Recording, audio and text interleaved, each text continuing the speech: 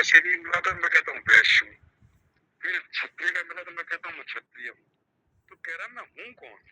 ये तो शरीर जिसके घर में पैदा हुआ है, जिसके घर में ब्राह्मण माता पिता थे या क्षत्रिय माता पिता थे या कभी पशु के जन्म में चला गया तो मैं पशु था, पशु के शरीर में गया। तो कह रहा शरीर से मैं कहता हूँ कि जिस शरीर में मैं हूँ वो मैं हूँ। मेरा शरीर तो हर बार बदलते गए। बहुत बढ़िया था, है 2 पेज पे, मैंने एक बार कहीं लिख रखा था, उसका नाम भूल गया। तो कह रहा है ये जो शरीर के साथ हम कहते हैं मैं ये हूँ, तो ये तो शरीर है। तो क्या आप स्थूल शरीर हो? कह रहा नहीं, सूक्ष्म शरीर बदलते हैं, स्थूल शरीर बदलते चले गए। तो आपका ब्राह्मण हूँ। फिर उसने सूक्ष्म शरीर मैं ये हूँ को छोड़ा। फिर कहा आप सूक्ष्म शरीर भी नहीं हो, क्योंकि ये भी बना हुआ है। तो ऐसे करता करता वो शुद्ध ब्रह्म पे ले गया। क्या निर्गुण लगा? शरीर के आश्रम से मैं ग्रस्त आश्रम में हूँ, मैं वानप्रस्थ आश्रम में हूँ। तो कह रहे आश्रम, ब्रह्म, वर्ण और जाति ये सब तो इस शरीर की है, स्थूल शरीर वो नहीं है। तो इसके साथ तादात्म्य करने कि मैं ये हूँ, मैं ये हूँ, मैं ये हूँ, तो मैं वास्तव में हूँ कौन? तो उसने उस तरह से 5 प्रश्न लेके समझाया। पहले स्थूल शरीर, फिर सूक्ष्म शरीर, बहुत बढ़िया करके था, है 2 पेज में, लेकिन अंत में ब्रह्म पे ले जाके तो आजकल बड़ा ओम शंकरम शंकराचार्यम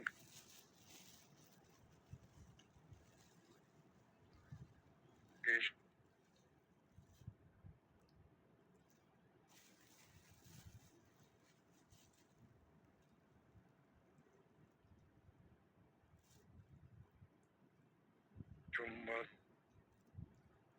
प्राणम सूत्रवाद शांति शांति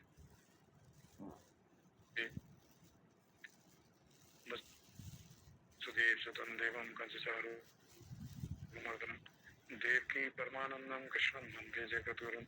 नमस्ते रामचंद्राय माधवाय नमो नमः। गोविंदाय नमस्ते नमस्ते परमात्मने अद्वैत ब्रह्मरूपाय ज्ञानमयाते नमः। नमः पुनरम्य जाम्यहं परित्राणाय साधूनां विनाशाय च दुष्कृतां धर्म संस्थापनार्थाय संभवामि युगे युगे। जन्म कर्म च मे दिव्यम् एवं यो वेत्ति तत्तथा तीर्थादियं पुनर्जन्म नैति मामेति सोऽर्जुन पीतराग भयक्रोधा मनमया मम पाशता वैभव ज्ञानदर्शा पूता मध्वामागता। ये अध्याय के 22वें श्लोक में ज्ञान योग के ऊपर चर्चा चल रही है। 13वें श्लोक से इसमें कहते थे 21 में से संबंधित था बाह्य स्पर्श शक्तात्मा विंध्यात्मी यश सुखम से ब्रह्म योग युक्तात्मा सुखम अक्षय अश्नुति। कि बाहर के विषयों के साथ जब हमारा आसक्ति वो नहीं रहती, उससे हमें अंतःकरण में सात्विक सुख की प्राप्ति होती है।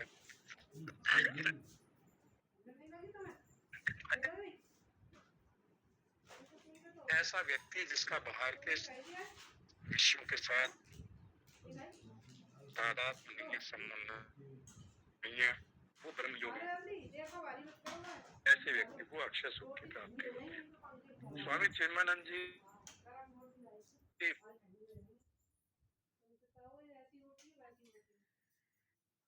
इन श्लोक के बारे में लिखते हैं कि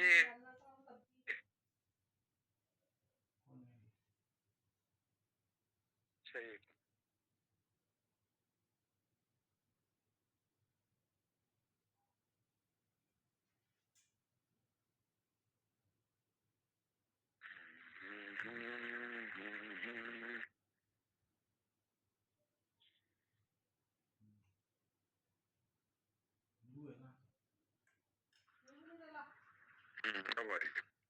नेट लग गया।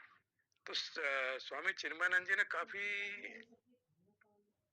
मतलब इन 2-3 श्लोकों पर ये लिखा है कि अगर बाहर की दुनिया से बिल्कुल कट जाएगा और फिर उसे कहेंगे मतलब उसको आनंद कैसे मिलेगा, चूंकि विषयों से कट गया, विषयों से कोई संबंध नहीं रखा, तो ये थोड़ा भगवान ने ज्यादा मतलब ऊपर की अवस्था में ले गए, जहाँ बिल्कुल तो कहता है इसको कैसे माना जाए कि मैं संबंध संसार से बिल्कुल हटा के अपने स्वरूप में स्थित हो जाऊं, तो इसमें कैसे व्यक्ति इसके ऊपर विश्वास करेगा, कैसे क्या, मतलब उन्होंने थोड़ा सा इसके बारे में एक जो जनरल पर्सपेक्टिव है उसको लेके विचार दिया है कि एक जनरल आदमी सोचता है कि भाई ये कैसे संभव है ऐसा, ये तो बहुत मुश्किल है, और इसको सोचता है वो इसको छोड़ देगा।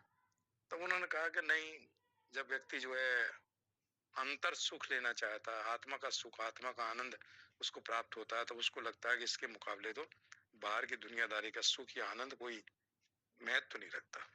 तो उस तरह से उन्होंने उसको समझाया है कि किस तरह का, तो इसको जो बाह्य स्पर्शात्मक बाहर के विषयों में पूरी तरह से अनासक्त हो जाए, तो ऐसा व्यक्ति ब्रह्म में स्थित है और ब्रह्म का जो सच्चित आनंद है उस आनंद को प्राप्त करता है। उसी को फिर आगे कहा है 22वें श्लोक में, यही संस्पर्शा भोगा दुख योन्य एवते आद्यवंत आद्यंतवंत कौनते न तेसु रमते बुधा, कि बाहर के जो इंद्रियों और विषयों के संयोग हैं, जब इंद्रियों के साथ हम विषयों का संयोग होता है, आंख से रूप देखते हैं, शब्दों से कान से शब्द सुनते हैं, है ना, गंध लेते हैं, स्वाद लेते हैं, स्पर्श करते हैं, तो जो इंद्रियों के द्वारा जो विषयों के संयोग से जो पैदा होने वाला सुख है, जो भोग है, तो कहते हैं आदि अंत वाला है। इसका शुरू होता है और समाप्त हो जाता है कुछ समय के बाद। और आत्मा या जीवात्मा जो वो नित्य है, तो जो अनित्य पदार्थ हैं, अनित्य वस्तुएं हैं, उससे जो सुख मिलेगा वो भी अनित्य होगा, मतलब वो नित्य नहीं हो सकता। जो वो कुछ समय के लिए वो सुख मिलेगा, जब तक हमारे इंद्रियों के द्वारा विषयों का संयोग है तब तक हमें सुख की अनुभूति होगी। उसके बाद फिर वही अपने दैनिक जीवन में आ जाएंगे, लगेगा अभी तो बड़ा सुख था, अब सुख नहीं है। तो वो नित्य जो आत्मा है, जो नित्य हमारा स्वरूप है, वो चाहता है मुझे सुख जो वो भी नित्य हो, मतलब वो सुख कभी खंडित ना हो, ऐसा सुख हो जो पूरा जीवन में 24/7 मुझे सुख ही सुख की अनुभूति हो, मेरे जीवन में दुख ना है। तो कहते हैं सुख और दुख तो प्रकृति के नियम है, क्योंकि प्रकृति में क्रिया होती रहती है, परिवर्तन होता रहता है निरंतर। अगर प्रकृति में परिवर्तन ना हो तो संसार चल ही नहीं सकता। भाई हम जैसे बच्चे पैदा हुए तो उसमें परिवर्तन होता चला गया, 1 साल 2 साल 4 साल 40 साल, तो शरीर बढ़ता चला गया, फिर शरीर कम होता चला गया। ऐसे ही जब हम बीज बोते हैं तो बीज अंकुरित होता है, पेड़ बनता है, फल आते हैं, और एक दिन सूख जाता है। तो लगातार उस प्रकृति में लगातार परिवर्तन होता रहता है। तो प्रकृति तभी चल रही जब परिवर्तन होता रहता है, ना हम बढ़ते ना घटते, एक से जो बच्चे पैदा हो गया उसी उम्र का रहता। अगर परिवर्तन ना होता हमारे शरीर में, तो जैसे शरीर जन्म के समय था वैसे ही शरीर बना रहता। तो प्रकृति में परिवर्तन होता तभी प्रकृति चल रही है, तभी सृष्टि चल रही है। बच्चा पैदा हुआ, बड़ा होता होता एक बार शरीर छोड़ देता है जब वृद्ध हो जाता है। तो कहते हैं प्रकृति में नियम है, लेकिन जो आत्मा है उसमें तो कोई परिवर्तन नहीं होता, वो तो ज्यों की त्यों ऐसी नित्य नित्य है और ऐसी रहती है, कोई परिवर्तन रहित है। तो परिवर्तन रहित जो हमारा स्वरूप है, तो हम चाहते हैं हमें सुख भी ऐसा हो जिसमें परिवर्तन ना हो, हमेशा बना रहे, दुख कभी ना आए और सुख हमेशा बना रहे। और सुख और दुख कहते हैं प्रकृति के जो है उसमें निरंतर क्रिया है। कुछ दिन में सुख आएगा तो उसके बाद सुख समाप्त हो जाएगा, फिर दुख आएगा, फिर सुख आएगा, फिर दुख आएगा। सूर्य का उदय होगा, सूर्य का अस्त होगा, सूर्य उदय होगा, सूर्य अस्त होगा, दिन है फिर रात आएगी, सर्दी है गर्मी आएगी। तो प्रकृति में कहते हैं इसको आप रोक नहीं सकते। तो अगर वो नित्य आपको सुख चाहिए, नित्य आपको आनंद की प्राप्ति चाहिए, तो आपको अपने स्वरूप में मिलेगी, क्योंकि स्वरूप जो है वो नित्य है और उसका जो आनंद है, वो उसका जो लक्षण है वो भी हमेशा रहता है। उसमें कहीं ऐसा नहीं है कि अभी कुछ समय आनंद रहा फिर हमारा वो लक्षण जो है आनंद का समाप्त हो गया। तो आत्मा परमात्मा ब्रह्म जो है सच्चित आनंद स्वरूप है, तो उसका आनंद कभी खंडित नहीं होता। तो उस आनंद की जब अनुभूति होती है तो वो हमेशा रहता है। तो विषयों का जो आनंद है, जो इंद्रियों के द्वारा विषयों का संयोग होता है, उससे जो हमें सुख मिलता है वो अनित्य है, मतलब मिलेगा और फिर कुछ समय के बाद वो समाप्त हो जाएगा। तो उसको कहते हैं कि ऐसा जो सुख है वो आदि अंत वाला है और दुख के ही कारण है। जब उसमें सुख मिलेगा तो सुख नहीं होगा तो दुख हो, तो वो कारण जो है दुख का है, चूंकि हमने उसके साथ संयोग किया है। तो जब तक विषयों का संयोग अच्छा लगा, जब नहीं है तो फिर लगने लगा फिर प्राप्त हो मुझे, फिर उसके लिए हम कर्म करेंगे। तो अल्टीमेटली दुख का कारण। तो वो कहते हैं न तेषु रमते बुधा, तो जो विवेकशील व्यक्ति हैं उसमें रमण नहीं करते। तो ये बात 22वें श्लोक में कल इस पर चर्चा होगी। अब 23वां श्लोक अपने आप में बहुत बढ़िया। शक्नोति है ये सोड़ू प्राक शरीर विमोक्षणात् काम क्रोधो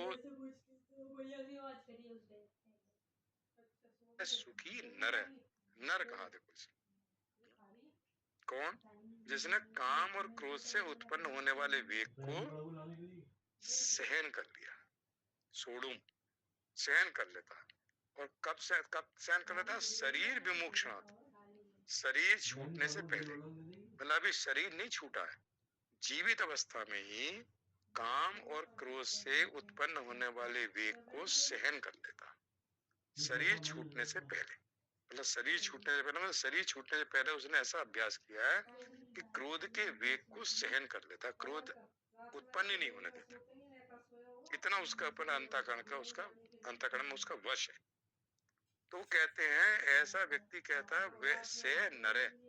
वो जो नर है, युक्ता मतलब योगी है, से सुख है, और वही सुखी है। तो से नर है, से सुखी, वो नर है और वो सुखी है। तो यहाँ भगवान ने गीता में जहाँ नर शब्द आया है, मानव शब्द आया है, बहुत सारे शब्द आए, पुरुष आया है, जंतु शब्द भी आया है, मूर्ति शब्द भी आया है। मूर्ति भी भगवान ने हम लोगों ने इस्तेमाल किया, मूर्ति। और एक जगह आया जंतु, जहाँ आया ना कि ज्ञान से अज्ञान ढका हुआ है, ये 15वें श्लोक में। तो देखो वहां जंतु कह दिया, अज्ञाने न आवृतम ज्ञानम तेन मुह्यंती जंतु। जिनका अज्ञान से ज्ञान ढका हुआ है, वो ऐसे सब जीव मोहित हो रहा है। यहाँ जंतु का है, ऐसे सब जंतु या जीव मोहित हो रहे हैं। तो देखो उस मनुष्य को भगवान ने जंतु शब्द इस्तेमाल किया। कौन ऐसा जंतु? जिसका अज्ञान से ज्ञान ढका हुआ है, वो मोहित हो रहा है। ऐसा जंतु, ऐसा जीव, सब जीव मोहित हो रहा है।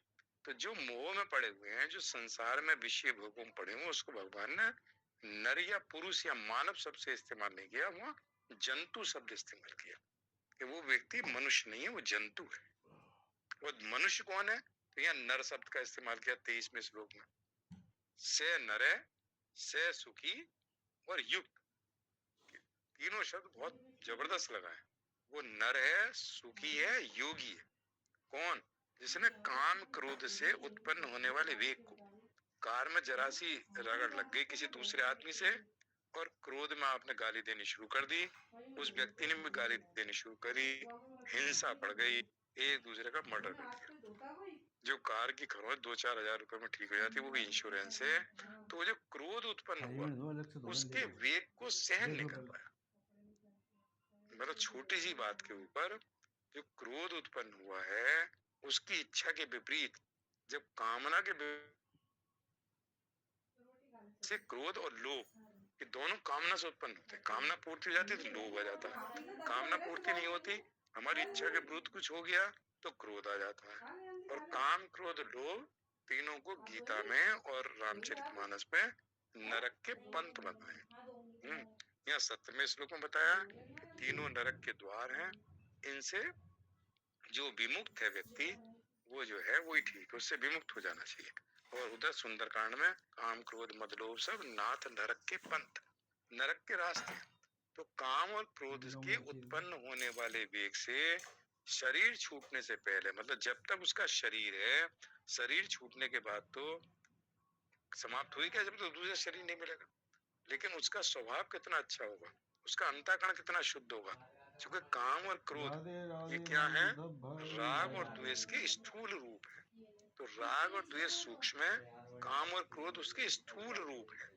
मतलब राग का ही काम और क्रोध का, द्वेष का क्रोध। तो ये क्रोध और काम ये दिखाई पड़ते हैं, राग और द्वेष दिखाई नहीं पड़ते, व्यक्ति के अंदर रहते हैं, अंतःकरण है। और ये बाह्य है। एकदम क्रोध का स्वभाव जब बोलना शुरू करता था, पता चलता है बहुत गुस्से में बोल रहा है, इस बात हट जाओ इसके सामने। तो क्रोध जो अभिव्यक्त होता है बाह्य, और द्वेष अंतःकरण में संस्कार में पड़ा रहता है। द्वेष संस्कार में रहता है, द्वेष को लिखा है एक जगह को सुलगता रहता है, और क्रोध जो जलाता है, हिंसा पैदा करता है, दूसरे को भी मार डालता है। तो ये बाहर जलाता है, वो क्रोध, द्वेष और राग, राग तो नहीं, ये सुलगते रहते हैं अंदर ही अंदर, हम अंतःकरण को सुलगता रहता है। तो ये कहते हैं सकनो, सकनोती मतलब समर्थ होता है, सोडुम सहन करने में। तो इसलिए साधक को, अब चूंकि देखो साधक ही एक ऐसा है जिसके अंदर ये नर शब्द जो इस्तेमाल किया भगवान ने, वो नर है, योगी है, सुखी है। तो सुखी कौन है? मतलब अगर यहाँ से देखा जाए कि हर व्यक्ति चाहता है मैं सुखी रहूं, मुझे कोई दुख ना है, तो भगवान ने उसको बता दिया तरीका, काम और क्रोध, कामना के वेग को उत्पन्न होने से पहले ही सहन करें, क्रोध को थोड़ी देर रोको, जो काम ही मूल है, कामना से क्रोध उत्पन्न होता है। तो अगर कामना जब उत्पन्न होती है तो विवेक के साथ ये विचार करें कि कामना उचित है या अनुचित है, शास्त्र विहित है, शास्त्र निषिद्ध है, मेरे लिए आवश्यक है इसकी पूर्ति करना या इसके बिना भी काम चल जाएगा। शरीर के निर्वाह के लिए आवश्यक है, शरीर के भोग के लिए कामना है।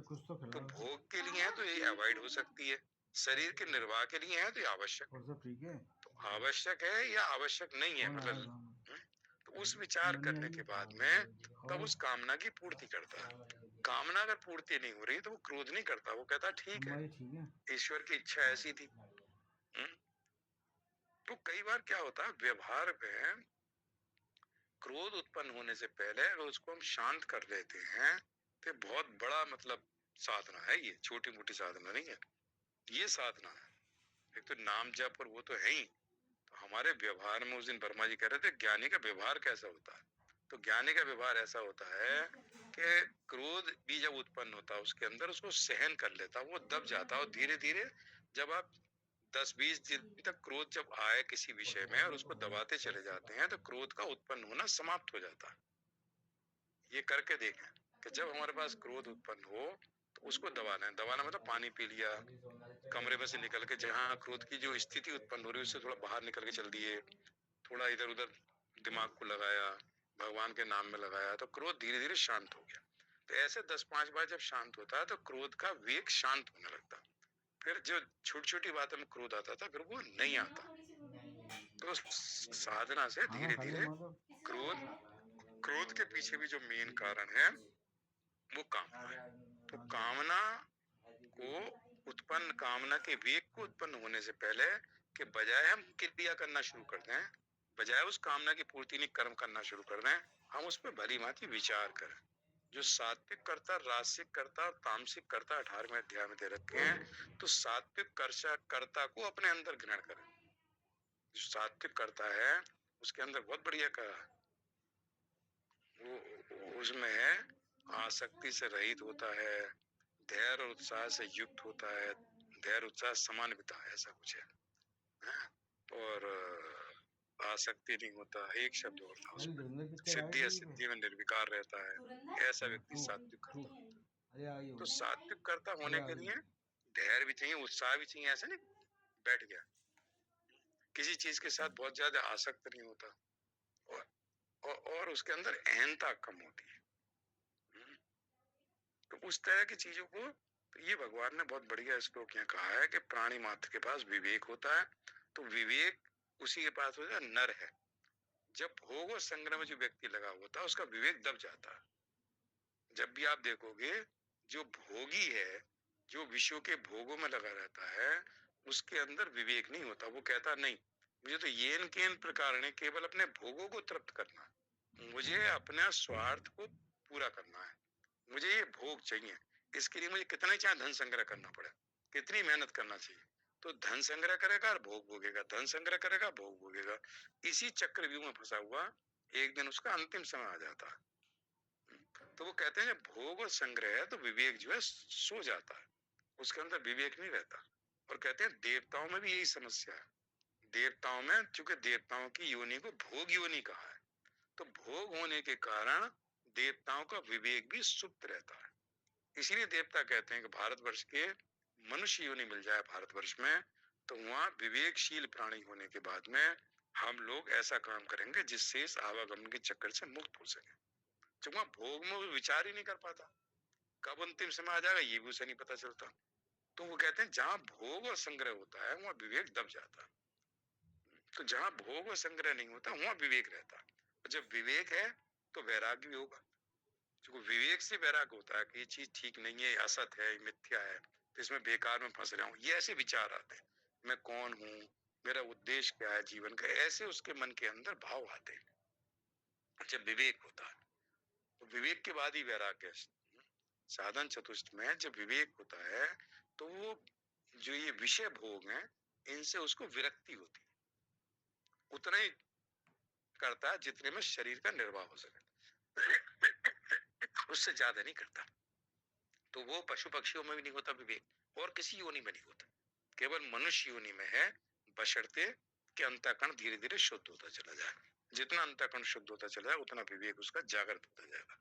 तो इसलिए अपनी अपनी योनि के अनुसार शरीर निर्वाह मात्र का विवेक रहता है बाकी योनियों में। और राम सुखदास जी लिखते हैं देव आदि योनि में विवेक ढका रहता है क्योंकि वो भोग की योनियां है। मनुष्य योनि में भी अगर भोग और संग्रह का वाले व्यक्ति है तो उसका ही विवेक दब जाता है। तो यही जो है, जब ये विवेक नहीं होता तो भोग और संग्रह में दुख और दोष का कर्तव्य दर्शन कराता रहता है। इसे महत्व न देने का मनुष्य भोग और संग्रह में फंसा रहता है। तो मनुष्य शरीर मिला है मुक्ति के लिए। मनुष्य शरीर का जो मेन उद्देश्य है कि किसी तरह से इस आवागमन से मुक्त होने के लिए केवल एक ही मनुष्य योनि है जिसमें वो विवेक से युक्त होकर ये विचार कर सकता है, साधन कर सकता है, क्योंकि अपना स्वरूप तो मुक्त है। मुक्त होने के लिए कोई साधन की आवश्यकता नहीं है। जो विपरीत धारणाएं हमारे अंदर पड़ी हुई हैं, मैं शरीर हूँ, मुझे विषय भोग का आनंद लेना है, इस दुनिया में जब आया हूँ तो खूब आनंद लूंगा, खूब विषय भोगूंगा, विषयों में सुख है, ये जो विचार है ये गलत धारणाएं अगर दूर हो जाएं, सही धारणाएं कर ले तो उसको लगता है कि मेरा आया मैं इस जन्म में कि मेरा अगला जन्म ना हो। इस जन्म के में जो दुख है, जन्म मृत्यु जरा व्याधि, उनके बारे में चिंतन करता है। तो ऐसा शरीर जो मनुष्य शरीर मुक्त होने के लिए, इसलिए सब लोग कहते हैं कि मनुष्य शरीर मिल जाए। इसलिए मनुष्य मात्र जो है वही काम क्रोध का वेग सहन करने का अधिकारी है और समर्थ है। इसमें कोई वर्ण का हो, आश्रम का हो, इसमें कोई ऐसी नहीं है कि ये इस वर्ण का व्यक्ति ही काम क्रोध के उत्पन्न होने वाले वेग को सहन करेगा, ये नहीं कर सकता। भगवत गीता पूरे मनुष्य मात्र, पूरे मनुष्य समुदाय के लिए है। किसी भी श्लोक में भगवत गीता के ऐसा नहीं है ये हिंदू के लिए है या किसी और धर्म के लिए, मतलब हर कोई वर्ण का आश्रम हो। इसलिए भगवान ने जो अपने भक्ति के बताए हैं, कितना बड़ा दुराचारी हो, पापी योनि हो, ब्राह्मण, स्त्री, स्त्री अलग से लिख दिया, क्षत्रिय, शूद्र, वैश्य, मतलब कोई नहीं छोड़ा जो उसका अधिकारी ना हो।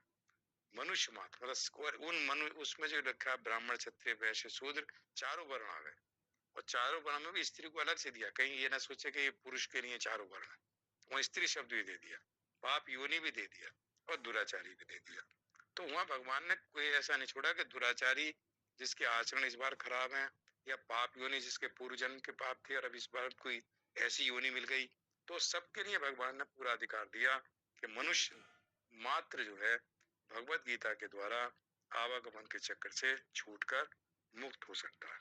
तो ये भगवान के इस श्लोक में कोशिश करते रहना है कि क्रोध के ऊपर हमारा अधिकार हो जाए, कि क्रोध के वेग जब आए तो उसको हम किस तरह से टालें। जब कामना बहुत तेजी से कोई आए उभर के तो उसके बाद थोड़ा सा विचार करना है कि इसको पूरा करने के लिए कर्म करने से पहले, उस कामना की पूर्ति के लिए कर्म करने से पहले भली भांति विचार करके तब उसके ऊपर आगे बढ़े। तो इन चीजों से भगवत गीता व्यवहार में इस तरह से लाई जाए। ओम पूर्णमदः पूर्णमिदं पूर्णात् पूर्णमुदच्यते पूर्णस्य पूर्णमादाय पूर्णमेवावशिष्यते। ओम शांति शांति शांति। श्री कृष्ण अर्पणमस्तु। हरि ओम तत्सत, हरि ओम तत्सत।